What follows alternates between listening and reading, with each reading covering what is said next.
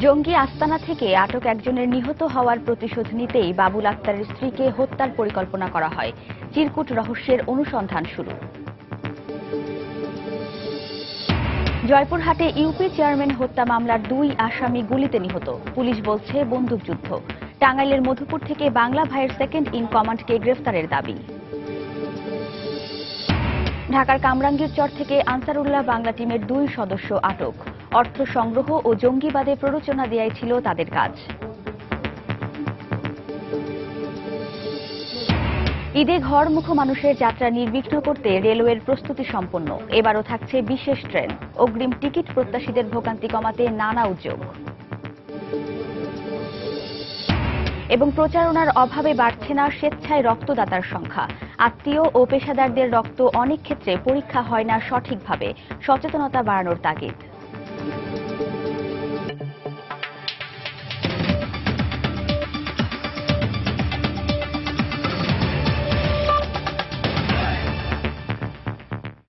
সময় সংবাদের সঙ্গে আছি আমি ওয়াহিদা স্বপ্না। চট্টগ্রামের কর্ণফুলী এলাকার জঙ্গি আস্তানা থেকে আটক একজনের নিহত হওয়ার প্রতিশোধ নিতেই বাবুল আক্তারের স্ত্রীকে হত্যার পরিকল্পনা করা হয়। জঙ্গিদের কাছ থেকে একটি চিরকুট ফাঁস হয়ে যাওয়ার পর নানা ধরনের তথ্য পেতে শুরু করেছে পুলিশ। বাবুল আক্তারের স্ত্রীকে প্রাণনাশের হুমকি সম্বলিত চিরকুট রহস্যের অনুসন্ধানও শুরু করেছে তারা। এদিকে চিরকুটটি উদ্ধারের পর এর লেখক জেএমবি সদস্য বুলবুল সরকারকে জিজ্ঞাসাবাদের জন্য আদালতের রিমান্ড আবেদন করেছে তদন্ত সংস্থা পিবিআই। বিস্তারিত জানাচ্ছেন কমল দে।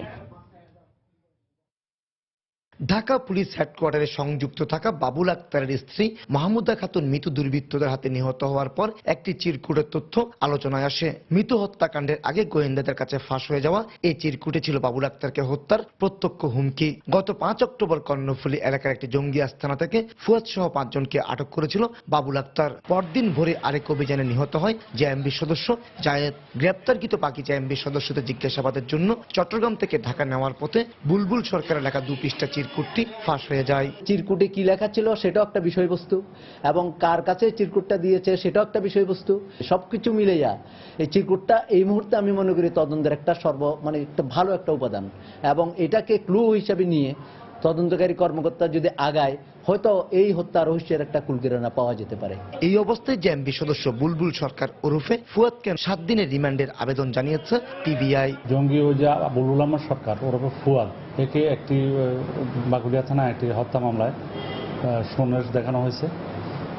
বিজ্ঞ আদালত তাকে সমাবেশ করেছেন। 7 দিনের জন্য রিমান্ডের শুনানি আছে।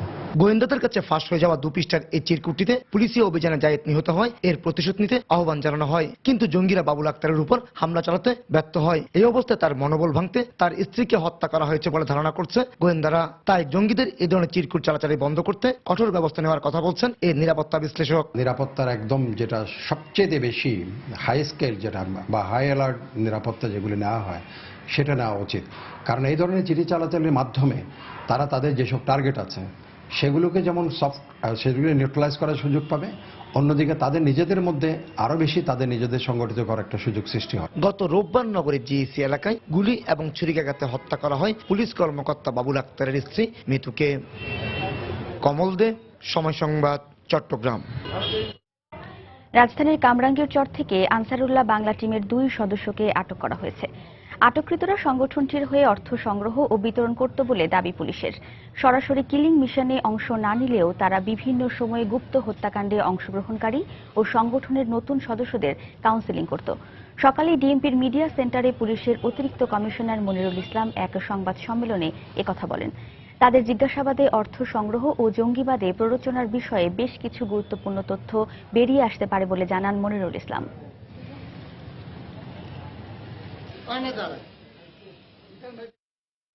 আমরা দেখছি যে এদের উদ্দেশ্য এবং এই কতিপয় রাজনৈতিক দলের উদ্দেশ্যে তাদের উদ্দেশ্য এবং এদের উদ্দেশ্য অনেকটা মিল রয়েছে। তারাও যেমন মোসাদের সাথে মিটিং করে এবং ইন্ডিয়াকে খেপিয়ে তোলার চেষ্টা করছিল, এরা সরাসরি হত্যাকাণ্ডে লিপ্ত। তো ফলে এই যে দুই পক্ষের চাওয়ার ভিতরে অনেকটা মিল রয়েছে। আর এছাড়া আপনারা জানেন যে যুদ্ধ অপরাধীদের যে বিচার প্রক্রিয়া চলছে, এই কোনোভাবে যদি সরকারের উপর চাপ সৃষ্টি করে বিচার কাজ বন্ধ করা যায় সেই চেষ্টা করছে। তো সেইটার সাথেও এটার একটা মিল খুঁজে পাওয়া যায়। ময়মনসিংহের মুক্তাগাছা থেকে অস্ত্রসহ একজনকে গ্রেফতার করা হয়েছে। পুলিশের দাবি, গ্রেফতারকৃত ব্যক্তি বাংলা ভাইয়ের সেকেন্ড ইন কমান্ড ছিল। এ বিষয়ে বিস্তারিত জানাতে টেলিফোনে আমাদের সাথে যোগ দিচ্ছেন আমাদের সহকর্মী হারুনুর রশিদ। সারা দেশে জঙ্গি বিরোধী যে অভিযান চলছে, জঙ্গিদের গ্রেফতারের জন্য পুলিশের যে বিশেষ অভিযান শুরু হয়েছে, তার অংশ হিসাবে আজ ভোরে ময়মনসিংহের মুক্তাগাছা উপজেলার বিন্নাকুড়ি গ্রাম থেকে বাংলা ভাইয়ের ঘনিষ্ঠ সহযোগী এবং সেকেন্ড ইন কমান্ড গরিবুল্লাহ আকন্দকে গ্রেফতার করেছে মুক্তাগাছা থানা পুলিশ। আমি মুক্তাগাছা থানা পুলিশ কর্মকর্তাদের সাথে কথা বলেছি। তারা জানিয়েছেন যে আজ ভোরে তারা গুপ্ত সংবাদের ভিত্তিতে খবর পেয়েই বিন্নাকুড়ি গ্রামের এই গরিবুল্লাহর বাড়িতে তারা অভিযান পরিচালনা করে এবং সেখান থেকে বাংলা ভাইয়ের এক সময়ের ঘনিষ্ঠ সহচর এবং সেকেন্ড ইন কমান্ড, বিশেষ করে রাজশাহী অঞ্চল থেকে বাংলা ভাই বিতাড়িত হয়ে যখন ময়মনসিংহ অঞ্চলে এসে আস্তানা গাড়েন, সেই গরিবুল্লাহর বাড়িতেই বাংলা ভাই আস্তানা গেড়েছিল এবং সেখান থেকেই 2007 সালে র্যাব সদস্যরা বাংলা ভাইকে গ্রেফতার করেছিল এবং তার অনেক সহযোগীকেও তারা গ্রেফতার করতে সক্ষম হয়েছিল। সেই গরিবুল্লাহকেই গ্রেফতার করেছে এবং এ যাবৎ যে এই অঞ্চলে যে জঙ্গি বিরোধী অভিযান পুলিশের পরিচালিত হয়েছে, এটি আসলে একটি বিশেষ অর্জন বলে দাবি করছেন পুলিশ কর্মকর্তারা, যে তারা একজন বড় মাপের জেএমবি সদস্য, জেএমবির সংগঠক এবং বাংলা ভাইয়ের ঘনিষ্ঠ সহযোগীকে তারা আটক করতে সক্ষম হয়েছেন। আমি পুলিশ কর্মকর্তাদের সাথে কথা বলেছি। তারা জানিয়েছেন যে এখন তাকে মুক্তাগাছা থানায় রাখা হয়েছে এবং সেখান থেকে তাকে আদালতে প্রেরণ করা হবে এবং সেই প্রস্তুতি তারা নিচ্ছেন। এবং এই অঞ্চলে বাংলা ভাই বা জেএমবির যে সদস্য রয়েছে এবং সব সদস্যদেরকেই গ্রেফতার করার জন্য তাদের এই অভিযান পরিচালিত হবে বলে তারা আমাকে জানিয়েছেন। দর্শক, ময়মনসিংহের মুক্তাগাছা থেকে অস্ত্রসহ একজনকে গ্রেফতার করা হয়েছে। পুলিশ দাবি করছে গ্রেফতারকৃত ব্যক্তি বাংলা ভাইয়ের সেকেন্ড ইন কমান্ড ছিল। এ বিষয়ে বিস্তারিত জানাতে আমাদের সঙ্গে টেলিফোনে যোগ দিয়েছিলেন সহকর্মী হারুনুর রশিদ। জয়পুরহাটে নবনির্বাচিত ইউপি চেয়ারম্যান হত্যা মামলার এজাহারভুক্ত 2 আসামি গুলিতে নিহত হয়েছে। পুলিশ বলছে বন্দুকযুদ্ধ। এ ঘটনায় সদর থানার ভারপ্রাপ্ত কর্মকর্তা সহ 3 পুলিশ সদস্য আহত হয়েছেন। ভোরে সদর উপজেলার কোচকুড়ি এলাকায় এ ঘটনা ঘটে। পুলিশ জানায়, সন্ত্রাসী হামলায় নিহত ইউপি চেয়ারম্যান AK আজাদের বাড়িতে হামলা হতে পারে এমন খবরে সেখানে অভিযান চালানো হয়। এ সময় পুলিশকে লক্ষ্য করে গুলি ছোড়ে সন্ত্রাসীরা। আত্মরক্ষার্থে পুলিশও পাল্টা গুলি ছোড়ে। এতে চেয়ারম্যান আজাদ হত্যা মামলার এজাহারভুক্ত 2 আসামি নিহত হয়। পরে ঘটনাস্থল থেকে একটি পিস্তল ও 2 রাউন্ড গুলি সহ দেশীয় অস্ত্র উদ্ধার করা হয়। এদিকে আহত পুলিশ সদস্যদের জয়পুরহাট আধুনিক সদর হাসপাতালে ভর্তি করা হয়েছে।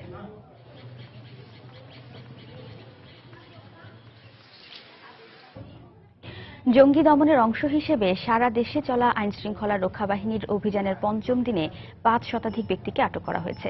এর মধ্যে জঙ্গি রয়েছে মাত্র 7 জন। গত রাত থেকে সকাল পর্যন্ত ঝিনাইদহের বিভিন্ন স্থানে অভিযান চালায় পুলিশ। এ সময় কোট চাঁদপুর এবং কালীগঞ্জ উপজেলা থেকে 2 জঙ্গি সহ মোট 27 জনকে আটক করা হয়। এদিকে রংপুর থেকে 3 জঙ্গি সহ 94 জনকে আটক করেছে পুলিশ। গাইবান্ধা থেকে আটক করা হয়েছে 42 জনকে। আটককৃতদের মধ্যে একজন জেএমবি সদস্য বলে জানিয়েছে পুলিশ। টাঙ্গাইলের 12টি থানা থেকে আটক করা হয় 45 জনকে। এছাড়া পঞ্চগড়ে এক জেএমবি সমর্থক সহ 24 জন, চট্টগ্রাম থেকে সন্দেহভাজন 215 জন, খুলনা মহানগর থেকে 37 জন এবং রাজশাহী থেকে 91 জনকে আটক করা হয়। ঈদে ঘরমুখো মানুষের বাড়ি ফেরা নির্বিঘ্ন করতে যাবতীয় প্রস্তুতি সম্পন্ন করেছে বাংলাদেশ রেলওয়ে। যাত্রী সেবা বাড়াতে প্রতি বছরের মতো এবছরও থাকছে বিশেষ ট্রেন সার্ভিস। ঈদ উপলক্ষে কমলাপুর রেলওয়ে স্টেশন অগ্রিম টিকিট কিনতে আসা যাত্রীদের কথা বিবেচনায় রেখে এবার থাকছে বাড়তি সুবিধাও। বিস্তারিত থাকছে তানিম মেহেদের রিপোর্টে।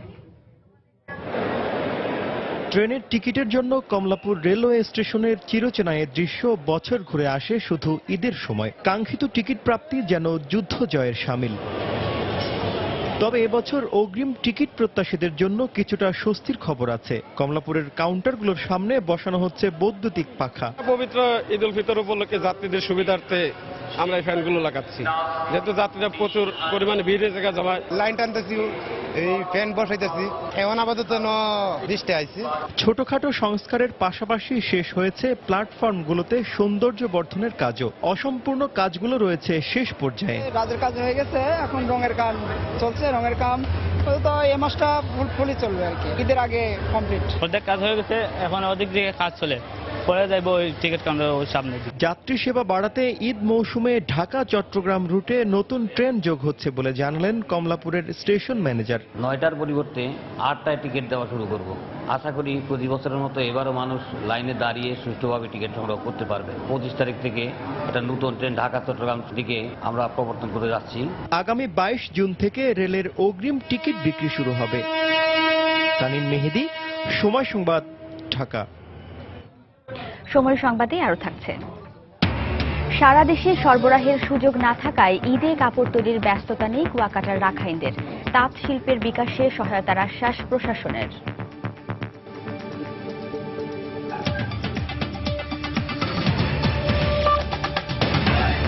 দেশে অসচেতনতা ও যথার্থ প্রচারণার অভাবে স্বেচ্ছায় রক্তদাতার সংখ্যা বাড়ছে না। বছরে 9 লাখ ব্যাগ রক্তের চাহিদার বিপরীতে মিলছে 7 লাখ। এর মধ্যে 30% আসে স্বেচ্ছায় রক্তদাতাদের কাছ থেকে, বাকি 70% আসে আত্মীয় ও পেশাদার রক্তদাতাদের কাছ থেকে।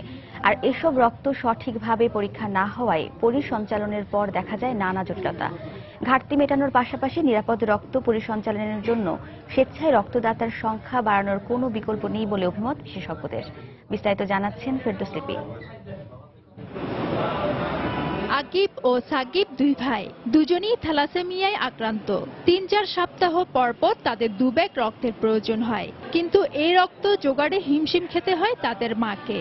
আর সেই কথা বলতে গিয়ে কান্নায় কণ্ঠ জড়িয়ে আসে তার। যখন নিয়মিত একটা বাচ্চার জন্য ব্লাড চাওয়া হয়, একজন ডোনারের কাছে একজন চাইলাম বা আরেকজন বন্ধু বান্ধবের কাছে চাওয়া হয়, তখন অনেক অনুগ্রহ দেখায়, কিন্তু মানে অনেকেই বিরক্ত হয়।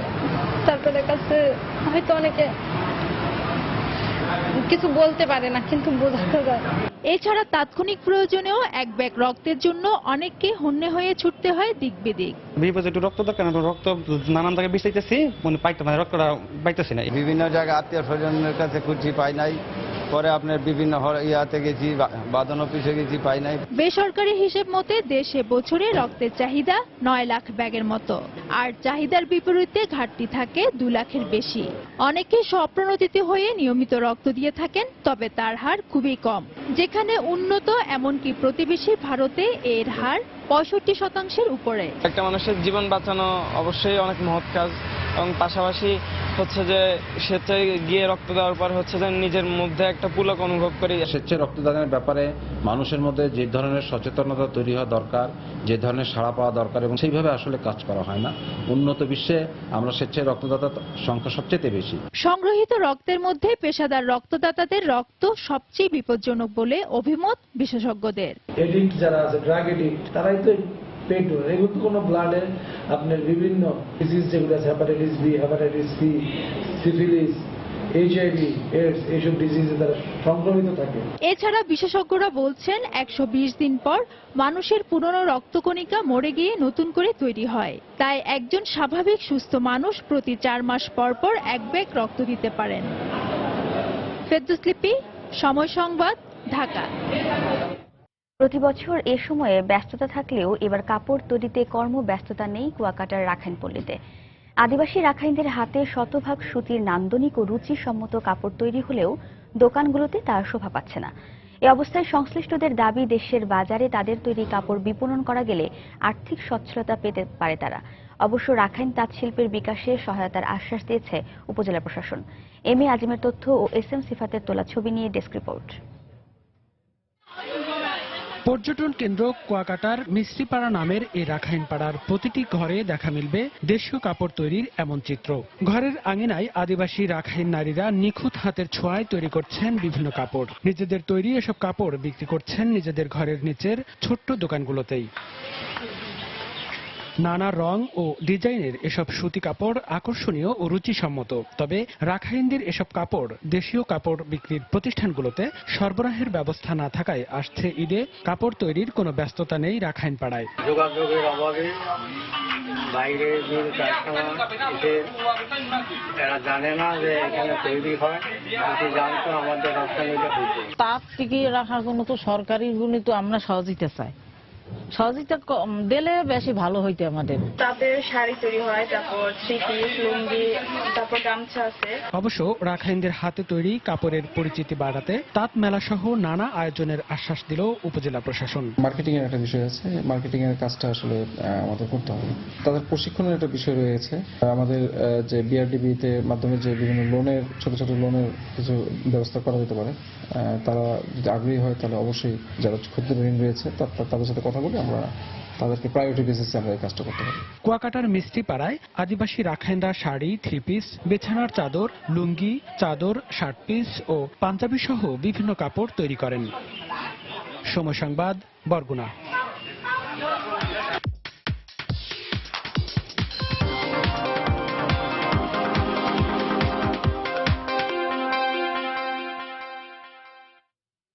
জমে উঠতে শুরু করেছে রাজধানীর ঈদ বাজার। পোশাকের ডিজাইনে নতুনত্ব আর আরামদায়ক কাপড়ের দিকেই নজর ক্রেতাদের।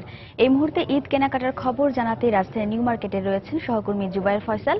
বিস্তারিত জানতে সরাসরি চলে যাচ্ছি তার কাছে। জুবায়ের, ঈদ বাজারের খবরাখবর যদি জানাতে হয়, আজকে কিন্তু ঈদ বাজার যথেষ্ট ঠান্ডা, যেরকম হওয়ার কথা, যে ক্রেতা বিক্রেতার উপচে পড়া ভিড় এবং বেচা কেনার যে ব্যস্ততা, এই ধরনের কোনো কিছু কিন্তু আজকে আমি নিউ মার্কেটে দেখতে পাচ্ছি না। এর কারণ হিসেবে ব্যবসায়ীরা বলছেন যে সাধারণত মঙ্গলবারে মার্কেট বন্ধ থাকায় অনেকেই হয়তো জানেন না যে আজকে মার্কেট খোলা আছে।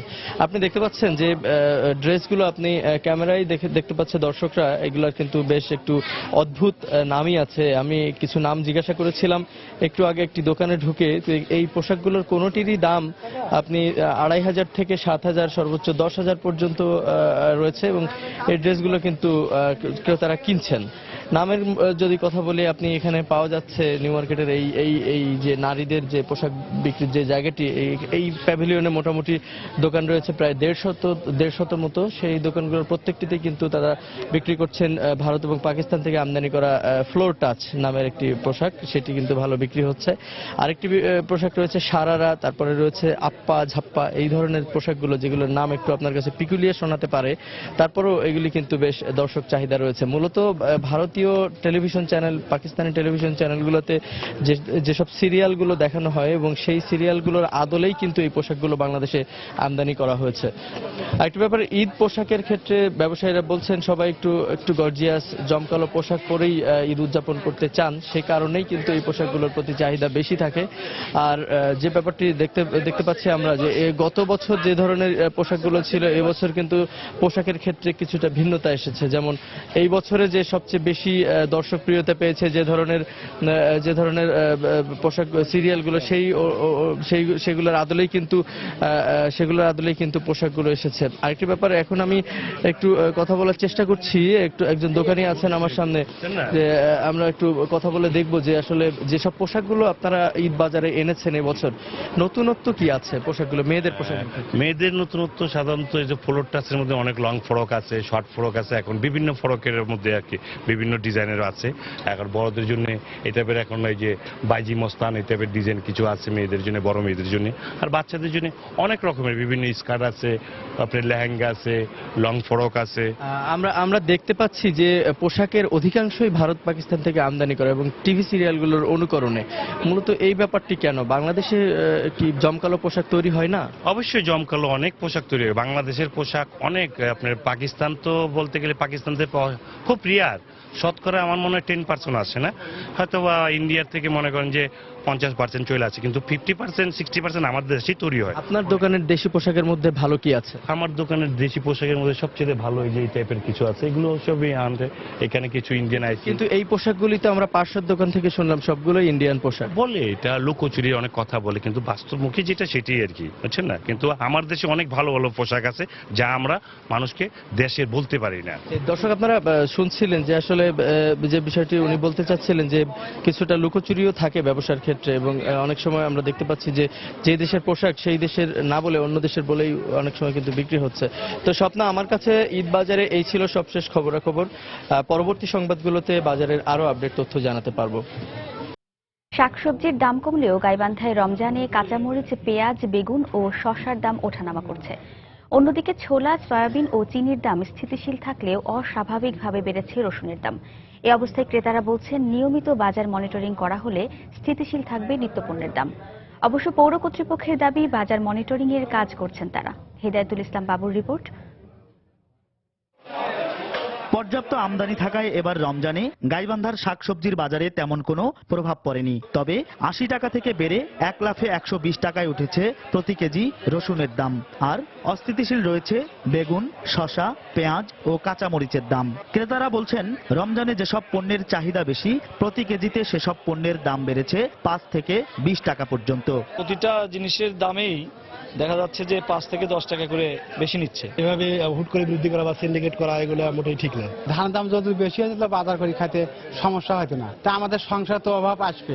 জেলা প্রশাসন, পৌরসভা কর্তৃপক্ষ এরা যদি জিনিসপত্রের দাম নির্ধারণ করে দেয় তাহলেই ক্রেতা সাধারণরা উপকৃত হবে। বিক্রেতাদের দাবি সবজির বাজার নিয়ন্ত্রণে আছে, তবে আমদানি কম থাকায় কোনো কোনো পণ্যের দাম ওঠানামা করছে। সবজির আমদানি প্রচুর, সবজির দাম কম, কিন্তু রসুনের দাম বেশি। রসুন তো আমাদের এখানে আসে না। মাল এখন কম আসতেছে, চাহিদা বেশি, এর কারণে ৪ টাকা ৫ টাকা কেজিতে বেড়ে গেছে। মোটা বেগুনটার চাহিদা বেশি, সবার এটা লাগে এই বেগুনটা, এই জন্য এটা দাম বেশি। সেই হিসেবে অন্য অন্য রমজানের চেয়ে এবার অনেক সবজির দাম কম। আর গাইবান্ধা পৌরসভার পক্ষ থেকে ইতিমধ্যে বাজার মনিটরিং এর কাজ শুরু করা হয়েছে বলে জানালেন মেয়র। পবিত্র রমজান মাস আসার আগেই আমরা কাঁচামালের দোকানদার, কসাই, অর্থাৎ মাংস বিক্রেতা, তারপরে হোটেল রেস্তোরাঁ, সবাইকে ডেকে আমরা তাদের সাথে আলোচনা করেছি এবং আমরা প্রতিদিন বাজার মনিটরিং এর জন্য প্রতিদিনের মূল্য তালিকা আমরা সাইনবোর্ড দিয়েছি এবং সেখানে প্রতিদিন মূল্য তালিকা লেখা হচ্ছে। গাইবান্ধা শহরের 3টি বাজার ঘুরে দেখা গেছে গত রমজানে প্রতি কেজি ছোলা 40 টাকা দরে বিক্রি হলেও এবার 86 টাকা। প্রতি লিটার সয়াবিন তেল বিক্রি হচ্ছে 90 টাকায়, আর চিনির কেজি 54 থেকে 60 টাকা। হেদায়েতুল ইসলাম বাবু, সময় সংবাদ, গাইবান্ধা। সময় সংবাদে আরো থাকছে। যুক্তরাষ্ট্রের ফ্লোরিডায় নৈশ ক্লাবে সন্ত্রাসী হামলার ঘটনায় ওবামার বক্তব্যের সমালোচনায় ট্রাম্প। কট্টরপন্থী ইসলাম শব্দটি ব্যবহার না করায় পদত্যাগের দাবি।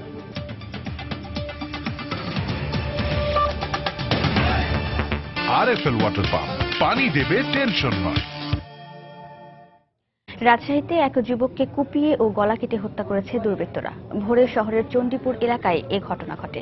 নিহতের স্বজনরা জানান, একটি ওষুধের দোকানে সহকারী হিসেবে কাজ করত আপেল। গতরাতে সেহরি খাওয়ার জন্য দোকান থেকে বাড়ি ফিরছিল সে। বাড়ির কাছাকাছি পৌঁছালে দুর্বৃত্তরা হামলা চালায় তার উপর। তারা আপেলকে এলোপাতাড়ি কুপিয়ে ও গলা কেটে পালিয়ে যায়।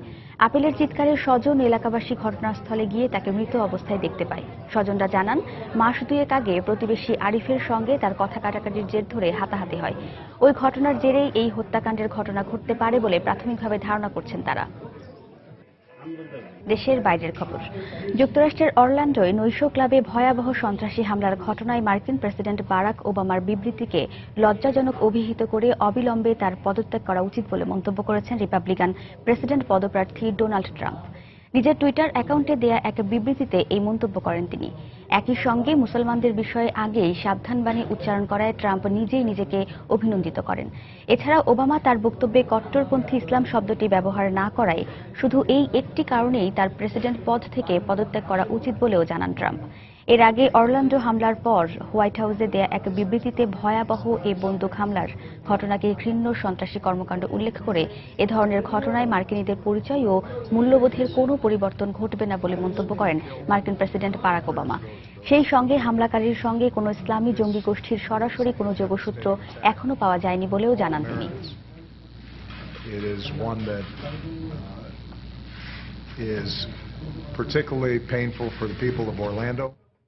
ইউরো চ্যাম্পিয়নশিপের খবর। গ্রুপ ই এর ম্যাচে সোমবার রাতে শক্তিশালী বেলজিয়ামকে হারিয়ে ইউরো চ্যাম্পিয়নশিপের দুর্দান্ত সূচনা করেছে 1968 সালের শিরোপাজয়ী ইতালি। ম্যাচে রেড ডেভিলসদের বিপক্ষে 2-0 গোলে জয় পেয়েছে আজ্জুরিরা। ইতালির হয়ে গোল দুটি করেছেন ইমানুয়েল গিয়াচেরিনি ও গ্রাজিয়ানো পেল্লে। শুরু থেকেই তারকায় ঠাসা বেলজিয়ামের রক্ষণ দুর্গে মুহুর্মুহু আক্রমণ শানিয়েও বারবারই ব্যর্থ হয় ইতালি। ম্যাচের 11 মিনিটেই এগিয়ে যেতে পারত বেলজিয়াম, কিন্তু দলের অন্যতম বড় তারকা ডি ব্রুইনের ব্যর্থতায় সেটি আর হয়ে ওঠেনি। ম্যাচের 32 মিনিটে বনুচ্চির অ্যাসিস্ট করা বলকে কাজে লাগান ইতালির অ্যাটাকিং হলুদ কার্ড দেখলে ম্যাচে সৃষ্টি হয় উত্তেজনার। ম্যাচে যোগ করার সময়ের ক্যান্ডেভার অ্যাসিস্টে সবশেষ 34 বছর রেড। এ পর্যায়ে শীর্ষ সংবাদ জানিয়ে দিচ্ছি আরেকবার। জঙ্গি আস্তানা থেকে আটক একজনের নিহত হওয়ার প্রতিশোধ নিতেই বাবুল আক্তারের স্ত্রীকে হত্যার পরিকল্পনা করা হয়। চিরকুট রহস্যের অনুসন্ধান শুরু। কামরাঙ্গের চর থেকে আনসারুল্লাহ বাংলা টিমের 2 সদস্য আটক। অর্থ সংগ্রহ ও জঙ্গিবাদে প্ররোচনা দেয়াই ছিল কাজ। মুক্তাগাছা থেকে বাংলা ভাইয়ের সেকেন্ড ইন কমান্ডকে গ্রেফতারের দাবি। ঈদে ঘরমুখ মানুষের যাত্রা নির্বিঘ্ন করতে রেলওয়ের প্রস্তুতি সম্পন্ন। এবারও থাকছে বিশেষ ট্রেন। অগ্রিম টিকিট প্রত্যাশীদের ভোগান্তি কমাতে নানা উদ্যোগ। এবং প্রচারণার অভাবে বাড়ছে না স্বেচ্ছায় রক্তদাতার সংখ্যা। আত্মীয় ও পেশাদারদের রক্ত অনেক ক্ষেত্রে পরীক্ষা হয় না সঠিকভাবে। সচেতনতা বাড়ানোর তাগিদ। এই ছিল এখনকার মতো। যে কোনো খবর পেতে ভিজিট করুন সময়নিউজ.tv। যে কোনো বাংলা লিংক রবি ও সিটিসেল নম্বর থেকে সময় সংবাদের খবর, অনুষ্ঠান সম্পর্কে জানতে এবং যে কোনো তথ্য সময় সংবাদকে জানাতে ডায়াল করুন 16242 নম্বরে। এছাড়া এইমাত্র পাওয়া খবর আপনার মোবাইলে পেতে SMS করুন *SN লিখে পাঠিয়ে দিন 16242 নম্বরে। আর সঙ্গেই থাকুন সময়ের।